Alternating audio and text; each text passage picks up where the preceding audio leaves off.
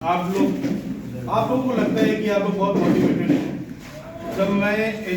जब मैं प्रिपरेशन की लाइन में चल रहा था 2016 से, ठीक है, तब 2018 आते आते जो आज आप लोग फील कर रहे हैं वो मुझे फील नहीं होता था। मुझे लगता था कि अरे मैं बहुत अच्छा कंपटीटर बन गया हूँ, लेकिन अभी आपके अंदर, अभी मैंने बात की तो आपके अंदर वो फील नहीं आया है जो कंपटीटर वाला फील आना चाहिए कि अरे अब तो कोई भी एग्जाम में फाइट कर जाऊँगा।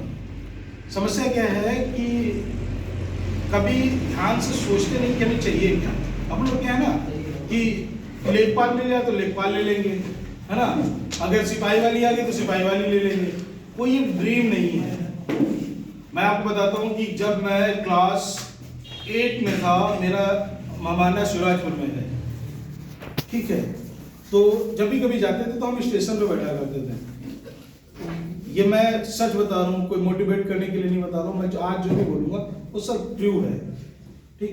स्टेशन बैठा करता था, क्यों? क्योंकि ट्रेनें बड़ी अच्छी लगती हैं चलने देखते हुए, है ना। मेरे को बहुत अच्छी लगती है, आपको लगे या ना लगे, मुझे ट्रेनें दौड़ती बड़ी अच्छी लगती हैं। तो स्टेशन से जब ट्रेन निकलती है तो देखने में बड़ा अच्छा लगता है। मैं बोल रहा हूँ आपके भी साथ ऐसा होगा, अगर आप जा रहे हो ट्रेन के लिए तो आपको नजर ट्रेन पर जाएगी जाएगी। ऐसा नहीं हो सकता कि आप ट्रेन को ना देखो। ट्रेन एक खुद में अट्रैक्टिव केंद्र है, सेंटर है, जिसको आप देखेंगे आपको खुद वो अट्रैक्ट करेगी ना, आकर्षित करती है अपने को कि हाँ मुझे देखो। तो शुरू से मेरी इंटरेस्ट अब एरिया वही रहा रेलवे में ही, कि ट्रेन को चलते हुए देखना, ट्रेन को देखना। टीसी जब मिलता था कोट पहने बड़ा अच्छा लगता था, पीछे गार्ड जब झंडी दिखाता तो बड़ा अच्छा लगता है ना। ये सब चीज़ें मुझे बड़ी अच्छी लगती थी। कक्षा 8 से ही ड्रीम था कि रेलवे बहुत अच्छी है, रेलवे बहुत अच्छी है, रेलवे बहुत अच्छी है। मैं आपको बताऊँ, इस चीज़ यही जो सिकंदरपुरा फील्ड है, यही एक बार डिसाइड किया था कि जाना है तो रेलवे की नौकरी करनी है, ठीक है। मैंने किसी को बोला था, मुझे आज भी याद नहीं मैंने किसको बोला था, लेकिन ये याद है कि रेलवे ही बोला था कि रेलवे में ही नौकरी करनी है। कहाँ? कक्षा 8। और आज 2022-2023 में हम लोग डिस्कस कर रहे हैं। उसके बाद हाई स्कूल किया, इंटर किया। अच्छा, एक चीज़ और मैं बताऊँगा आनंद सर, लोगों के अंदर ये रहता है कि अगर नंबर कम आए या फेल हो गए तो क्या फर्क पड़ता है ना। आपको मैं बता दूं, मैं 12th में एक साल फेल हो गया था। इस सच बता रहा हूँ, जब मैं फेल हो गया, रिजल्ट आया 2008 का, है ना, तो लगा कि घर वालों को बताया कैसे जाए, ठीक है। तो दिमाग में ये लग रहा था कि संडे वाला दिन था, संडे वाले दिन रिजल्ट आया था, पापा को बाहर जाना था। तो पापा जब चले गए, रिजल्ट बिना बताया मैंने उनको, वो चले गए। दोपहर को तो मैं ये सोचा था कि कौन से कुंडे से लटकूं या कौन से पंखे से लटकूं। ऐसा विचार आता ना, सुसाइड कर लूं, है ना। काश उस दिन सुसाइड कर ली होती, लेकिन उस दिन नहीं भाई, हिम्मत नहीं होती ना। सबसे ज्यादा अगर मरने की हिम्मत, अगर हिम्मत चाहिए तो मरने के लिए चाहिए सबसे ज्यादा। हिम्मत नहीं हुई, नहीं मरे, ठीक। घर पे पापा शाम को जब लौट के आया, बहुत गाली दी, जूता लात हुए, ठीक है। 4-5 दिन बाद उनसे हिम्मत करके कहा कि अब मैं तियूर में पढ़ूंगा, क्योंकि तब नकल होती थी वहाँ, कि वहाँ से एंटर कर लूँगा। बोले तुमको गाली देख के बोले तुमको वहाँ फेल होने के लिए मैं रुपये दूँगी, है ना, जो कुछ करना है यही करो। तो BSS में फिर मैंने अपनी पढ़ाई दोबारा की, इंटर। जो लोग जूनियर्स थे वो साथ में बैठते थे, लेकिन वो है ना कि किस्मत पता नहीं कब आपका रंग बदल दे, है ना। एक दिन एक रात ही काफ़ी होती है किस्मत बदलने के लिए। तो फेल हुए, उसके बाद पता नहीं कहाँ से दिमाग में ऐसा है कि पढ़ना चाहिए, फिर उसके बाद पढ़ना शुरू कर दिया। पूरा दिन पढ़ते थे, ठीक ना। हमेशा दिन का कीड़ा रहा हूँ, रात में नहीं पढ़ता हूँ मैं, ठीक है। कोशिश करते थे रात में भी 12-1 बजे तक पढ़ता रहूँ।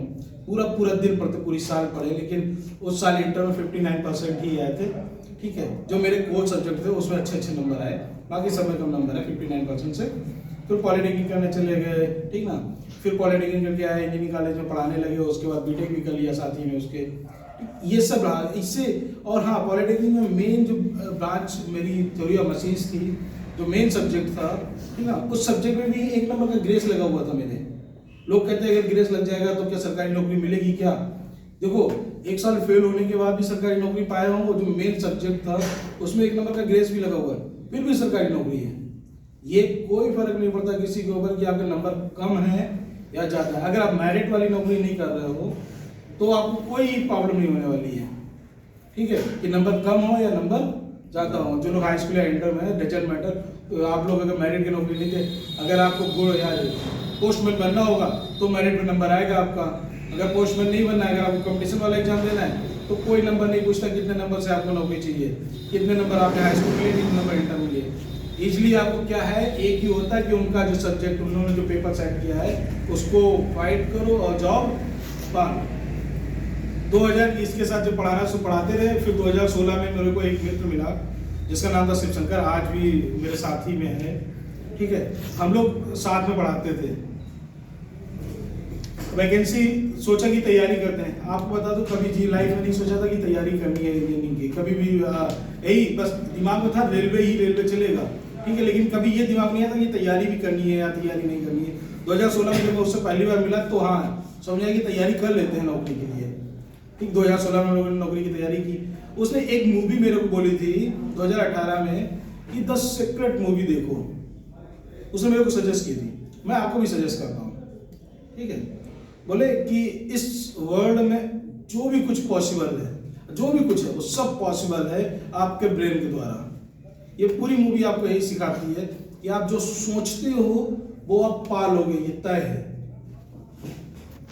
और इस मूवी को अगर मैं बोलता हूँ, अगर आप ये मूवी पूरी देखते हैं, ठीक ना, तो इसके बाद अपनी लाइफ को अगर रिवाइंड करके देखेंगे तो आपको वो सब मिला होगा जो आपने चाहा होगा रियल में, ठीक।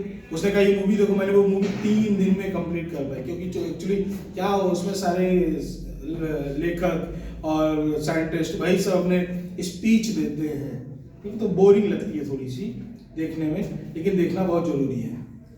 3 दिन में कंप्लीट किया। उसके बाद में मैंने देखा यहाँ वास्तव में ऐसा है कि जो आप चाहते हो, मैंने जिस लड़की को गर्लफ्रेंड बनाना चाहा वो लड़की गर्लफ्रेंड बनी मेरी। सही बात है ये, जिसको हंसने वाली बात नहीं है, सच है ना। मैंने आपको पता है, मैं एक दिन के लिए शांति गुटका दिल्ली गया था नौकरी करने के लिए, क्योंकि मेरे दिमाग में चला था नौकरी करनी, दिल्ली जाना दिल्ली जाना। एक दिन शांति गुटका में नौकरी की मैंने, दूसरे दिन हिम्मत ही नहीं हुई करने की। गुटखा वालों की, गुटखा कंपनी में गुटखा खाते थे, इसमें लिख दिया था लगती कि दूसरे दिन भागे थे, लेकिन जो चाहा वो किया। अच्छा, कभी दिमाग में रहता था कि यार कोई ऐसी गर्लफ्रेंड बननी चाहिए जो रिश्तेदारों में हो। आज वाइफ है मेरी, रिलेटिव्स घर पे है नहीं है।